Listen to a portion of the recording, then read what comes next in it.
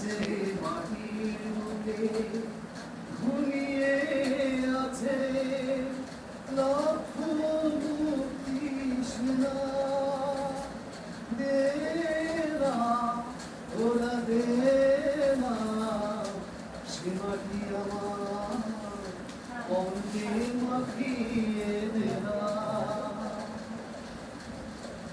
রোজ এখানে সূর্য ওঠে আশার আলো নিয়ে, জীবন আমার ধন্য যে হয় আলো পরশ পেয়ে।